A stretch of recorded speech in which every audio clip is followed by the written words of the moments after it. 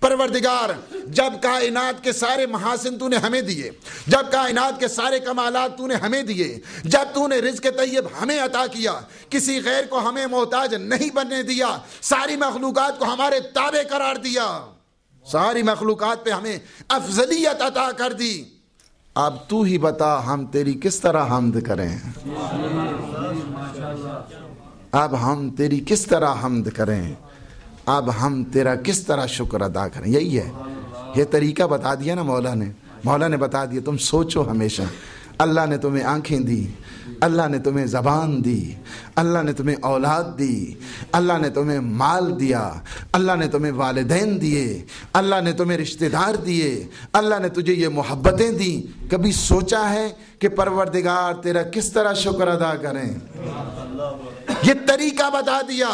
فرمایا کہ پروردگار تو نے کائنات کے سارے محاسن دیے، تو نے کائنات کی ساری خوبیاں ہمیں دی، تو نے ہمیں رزق طیب سے نوازا، تو نے ہمیں تمام مخلوقات پہ افضلیت عطا کر دی، تو نے ساری مخلوقات کو ہمارے تابع بنایا، کسی غیر کے سامنے ہمیں جھکنے نہ دیا، اب تو ہی بتا ہم تیری کس طرح حمد کریں۔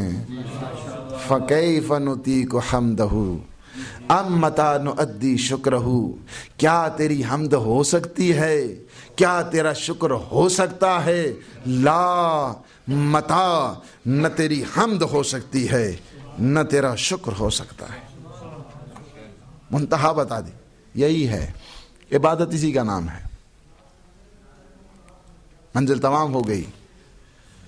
بات یہی ہے کہ منتہا عبادت یہی ہے کہ انسان عجز کرے، انسان اپنی بندگی کا اظہار کرے۔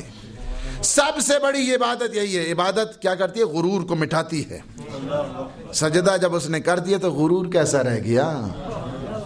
جب اس نے اللہ کے سامنے سجدہ کر دیا ہے، اس کا مطلب یہ نہیں یہ ہے اب پھر بھی غرور آ رہا ہے، تو اس کا مطلب یہ نہیں ہے کہ اس کا سجدہ ناقص ہے، اس کی نماز ناقص ہے، اس کی عبادت ناقص ہے۔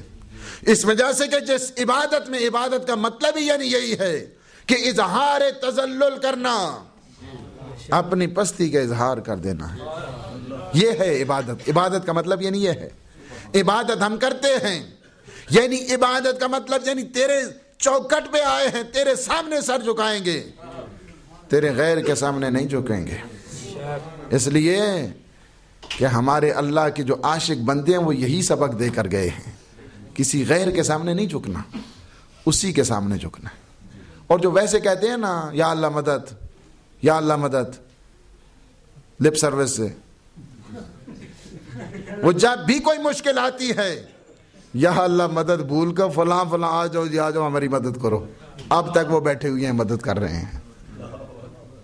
اس کا مطلب یہ نہیں کہتے ہیں، ویسے تو کہتے رہتے ہیں شرک شرک شرک، ہر طرف سے صدائیں آ رہی ہیں ان کی۔ سب سے بڑا شرک یہ ہے اللہ مدد کہنے کے بعد کسی طاغوت کو اپنی مدد کے لیے بلانا، یہ سب سے بڑا شرک ہے۔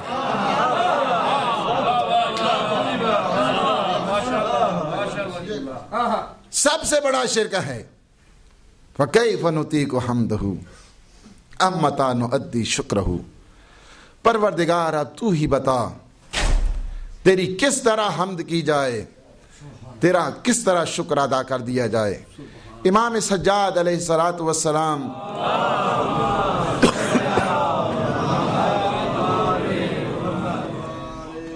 یہ منتہا بتا دی، عبودیت کی منتہا جسے کہا جائے، عبودیت کی منتہا ہے۔ پروردگار کبھی کہتے ہیں افبلسانی قال نشکرک، پروردگار اس گونگی زبان سے تیرا شکر ادا کیا جائے۔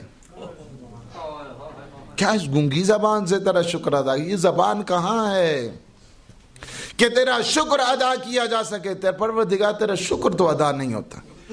یہی وجہ ہے کہ سجدے پروردگار میں ہر دم، اس وجہ سے کہ ویسے نہیں ہے، امام کو سید الساجدین، سجدوں جو ساجدین ہیں ان کے سردار زین العابدین امام سجاد علیہ الصلوۃ والسلام کہ ان القاب میں سے نام علی ہے، امام کی جو القاب ہیں ان میں سے ایک زین العابدین. اسی وجہ سے زین العابدین یہ عاطف غیبی کی طرف سے آواز ہے. کہتے ہیں کہ جب امام نماز پڑھ رہے ہیں اور شیطان آیا سام کی صورت میں انگوٹھے کو چبا رہا ہے، نہیں پتا ہے کہ یہ اللہ کے عابد کیسے ہیں، اللہ کے عابد کیسے ہیں. ان کا بابا تو وہ ہے کہ جس کے پاؤں سے تیر کو نکالا جا رہا ہے خبر نہیں ہو رہی، یہ بیٹے ہیں ان کے. اور شیطان سام کی شکل میں آیا. اس کے بھی کئی مفاہیم ہیں، چونکہ ٹائم میں گنجائش نہیں. میں ایک دو نقطے یہاں پہ بتانے کے لیے آپ کو کہ سام کی شکل میں جو شیطان آیا، حضرت آدم کے پاس بھی شیطان کی شکل میں آیا تھا اور قسم اٹھائی تھی، فرمایا کہ یہ آدم سے پہلے کی مخلوق ہے، جو ہر عبادت ان کی ذات میں شامل ہے، سوچا بھی نہیں جا سکتا. اس وجہ سے کہ جن کا باپ وہ ہے کہ جو اژدہے کو دو ٹکڑے کر دے. تم چاہتے ہو سانپ کی صورت میں ہمیں آ کر ڈراؤ، نہ علی ڈرا ہے نہ نبی ڈرا ہے، کچھ اور ڈرے ہیں. سانپ سے کوئی ڈرنے والے اور ہوتے ہیں، سانپ سے کھیلنے والے، اس کو دو ٹکڑے کرنے والے اور ہوا کرتے ہیں. اور یہی بات بتا دی. ایسے میں جب دیکھا مسلسل اس نے جب کوشش کی تو عاطف غیبی نے آواز دی، انت زین العابدین، انت زین العابدین، تم عبادتوں کی زینت ہو، عبادتوں کی زینت ہو. یہ لقب جو ہے نا زین العابدین، یہ پیغمبر اسلام کا ہے کہ فرماتے ہیں کہ جب قیامت کا دن آئے گا تمام اولیاء، اللہ کے اوصیاء، اللہ کے انبیاء رسول ہوں گے، ایسے میں یہ بلایا جائے گا، کہاں ہیں عبادتوں کی زینت؟ فرماتے ہیں میرا بیٹا زین العابدین علی ابن الحسین انبیاء کی صفوں کو چیرتا ہوا جب میدان معاشر آئے گا، ہر طرف سے یہ آواز آئے گی، انت زین العابدین، انت زین العابدین، تم عبادتوں کی زینت ہو. میرے مولا نے اس قدر عبادتیں، ہر نعمت پر عبادت، ہر نعمت پر شکریہ، ہر نعمت پر سجدہ، یہ امام سجاد کا ہے. اور اس طرح کہتے ہیں امام محمد باقر علیہ السلام سے یہ روایت ہے،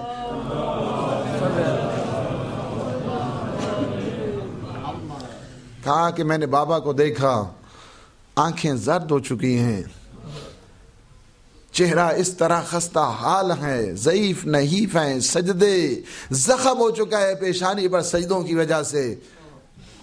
میرے دل میں نے رونے لگا. میں نے بابا کو کہا کہ بابا یہ کتنے آخر سجدے، کیا کتنی عبادت، یہ آپ کا یہ حال ہو چکا ہے، آپ کی صحت یہ اجازت نہیں دیتی. فرمایا بیٹا اس طرح کرو نا، ذرا اپنے جد کی وہ لے کے آؤ، وہ صحیفہ علویہ جسے کتاب جامع کہتے ہیں، آپ وہ لے کے آؤ. کہتے ہیں لے کے آئے. فرمایا اب اپنے جد کا وہ چیپٹر نکالو عبادتوں کا جس میں امیر المومنین عبادت کرتے تھے. جب وہ نکالا اس کے بعد آنکھیں زار و قطار برسات بنتی ہیں. فرماتے ہیں کون ہے دنیا میں جو میرے جد علی جتنی عبادت کر سکتا ہے؟ کون ہے جو میرے جد علی جتنی عبادت کر سکتا ہے؟ یہ بات بتانے کے لیے دیکھو دنیا والوں، سید الساجدین کے ماننے والوں، زین العابدین کے ماننے والوں، کبھی عبادتوں سے غافل نہ رہنا، کبھی سجدوں سے غافل نہ رہنا. یہ کوئی سجدے معمولی نہ تھے، یہ سجدے بہت عظیم تھے. جن سجدوں نے آج اسلام کو بچایا، جن عبادتوں نے آج اسلام کو بچایا ہے، یہ عبادتوں کے جو معراج ہیں. اگر کوئی دیکھنا چاہتا ہے عبادتیں کیسی ہیں، آج بھی تاریخ گواہ ہے کہ جب ہوئی نا شام غریباں،